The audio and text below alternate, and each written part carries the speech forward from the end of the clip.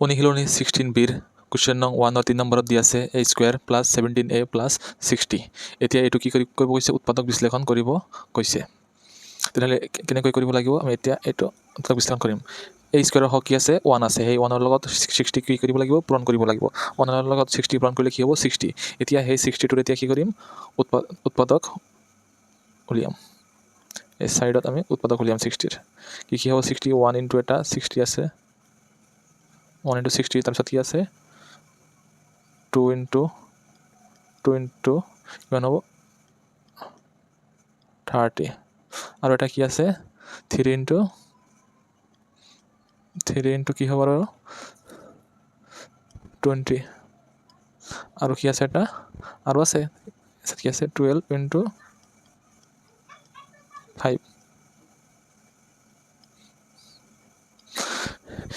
এইটো উৎপাদক বাঙি কি হ'ব লাগিব, যোগ কৰি এই 17 হ'ব লাগিব, যোগ কৰি 17 হ'ব লাগিব উৎপাদকটো। আমি যদি এইটো লওঁ, আমি কি হ'ব 2 ইনটু 30 60 হ'ব, কিন্তু কি নহয় যোগ কৰিলে 17 নহয়। আমি যদি 3 ইনটু 20 লওঁ, এইটো কি হ'ব 60 হ'ব, কিন্তু কি নহয় এই 70 নহয় যোগ কৰি। কিন্তু আমি যদি লওঁ 12 ইনটু 5 লওঁ, পূৰণ কৰিলে কি হ'ব 60 হ'ব, কিন্তু যোগ কৰিলে 12 আৰু 5 যোগ কৰিলে কি হ'ব 70 হ'ব, 17 হ'ব। গতিকে আমি কি ল'ম 12 ইনটু 5 ল'ম। তেনেহ'লে কি হ'ব, প্ৰথমে a square plus 12a plus 5a plus কি হ'ব 60। a স্কুৱেৰ হ'ল, তাৰপিছত কি আছে 12a প্লাছ 5a কিমান হ'ল, দুটা মিলি 17a, তাৰপিছত কি আছে 60। এতিয়া কি কৰিম, এই দুটাৰ পৰা আমি এতিয়া কমন ল'ম। কমন কি আহিব, এটা a আহিব, ইয়াতে আছে দুটা, ইয়াত আছে এটা, তেনেহ'লে ইয়াৰ পৰা কেইটা কমন আহিব, এটা। a plus a into a কি হ'ল a স্কুৱেৰ, তাৰপিছত কি আছে ইয়াত প্লাছ হ'ল। তাৰপিছত 12ৰ লগত কি পূৰণ কৰিলে, a লগত কি পূৰণ কৰিলে 12a হ'ব। a লগত যদি আমি 12 পূৰণ কৰোঁ কি হ'ব, তেনেহ'লে 12a হ'ল। তাৰপিছত ইয়াত যিটো কমন লৈছোঁ, এইফালেও সেইটো একেই কমন ল'ম, a প্লাছ কি হ'ব 12 হ'ল। তেনেহ'লে a লগত কি পূৰণ কৰিলে ওপৰৰখিনি হ'ব 5a, যদি a লগত আমি 5 পূৰণ কৰোঁ কি হ'ব 5a, আৰু এই 5ৰ লগত যদি আমি কি পূৰণ কৰোঁ 12, তেনেহ'লে কি হ'ব 60 হৈ যাব। মাজত কি আছে যোগ, সেইকাৰণে ইয়াত কি দিম যোগ, প্লাছ 5 ইনটু a কিমান হ'ব প্লাছ 5a, ইয়াত কি আছে যোগ, ইয়াত যদি আমি বিয়োগ দিওঁ তেনেহ'লে কি হ'ব প্লাছে মাইনাছে মাইনাছ, ইয়াত মাইনাছ হ'ব লাগিব, তেতিয়াহে আমি কি দিম ইয়াত বিয়োগ দিম। ইয়াত কেইটা আছে, দুটা চেম আছে, সেইকাৰণে কি ল'ম, ইয়াৰ পৰা আমি যিকোনো এটা ল'ম। কি হ'ব a প্লাছ 12 আৰু এটা কি হ'ব a প্লাছ 5।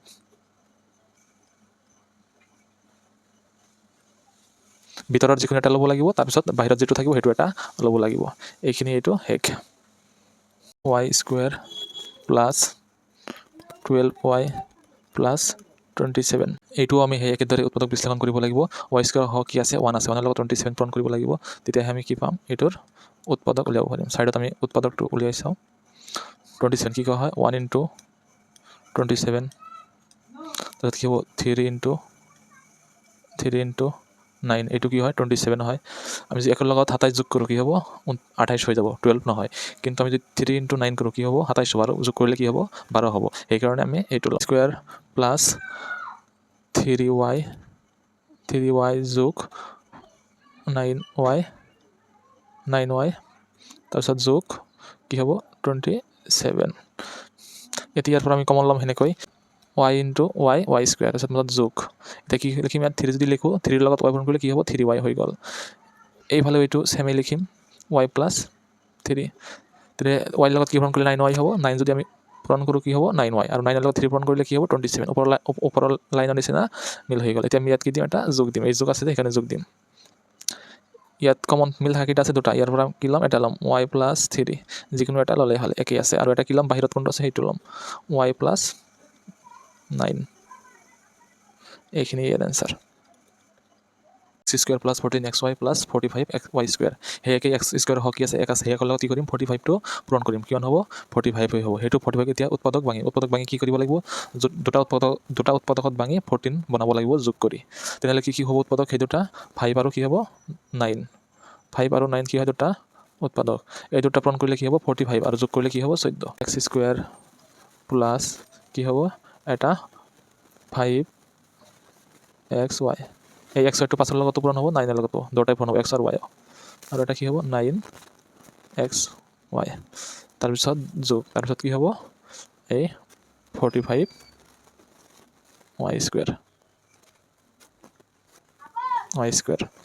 তাৰপিছত কি আছে ইয়াৰ পৰা আমি কি ল'ম কমন ল'ম কমন কি ল'ব পাৰোঁ এটা এক্স স্কুৱেৰ আৰু ৱাই আমি কমন ল'ব নোৱাৰোঁ অকল কি ল'ম এক্স এটা কমন ল'ম এক্স ইনটু এক্স স্কুৱেৰ হ'ল তাৰপিছত কি ল'ম এটা 5 এক্স পূৰণ 5 কি হ'ল 5x আৰু ৱাই যে বাকী থাকিল সেইকাৰণে কি ল'ম এক্স প্লাছ 5y সেইকাৰণে ইয়াতো কি ল'ম এক্স প্লাছ 5y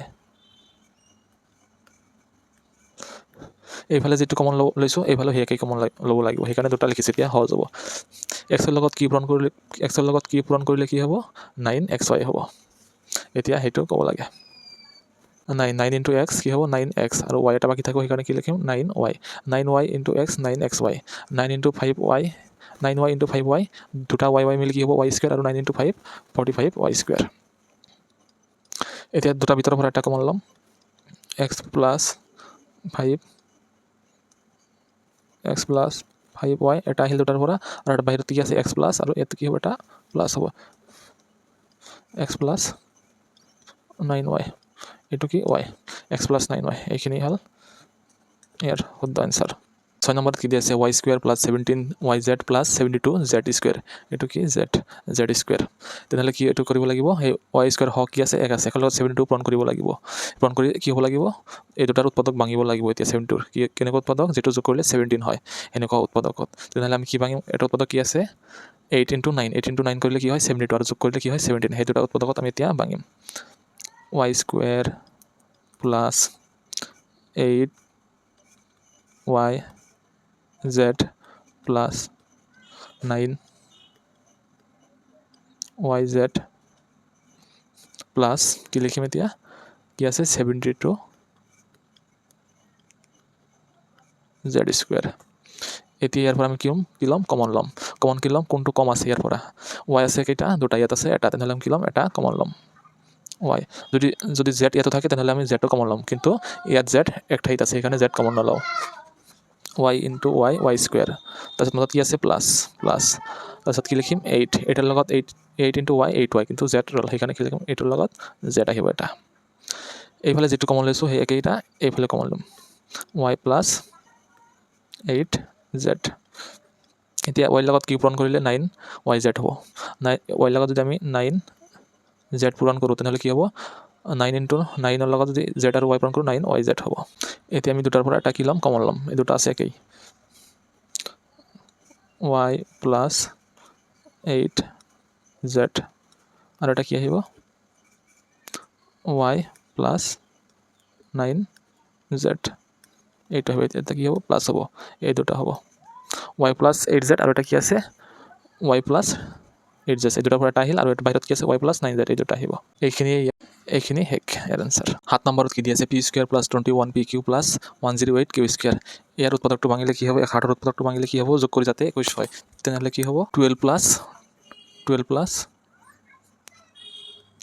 প্লাছ কি হ'ব 9 এইটো যোগ কৰিলে কি হ'ব 21 হ'ব আৰু পূৰণ কৰিলে কি হ'ব 108 হ'ব তেতিয়াহ'লে আমি এতিয়া কৰিম p square plus 12 p q আছে না দুটা পি আছে আৰু কি আছে কিউ আছে সেইকাৰণে দুটা লিখিব লাগিব 12 p q plus 9 p q plus 108 q square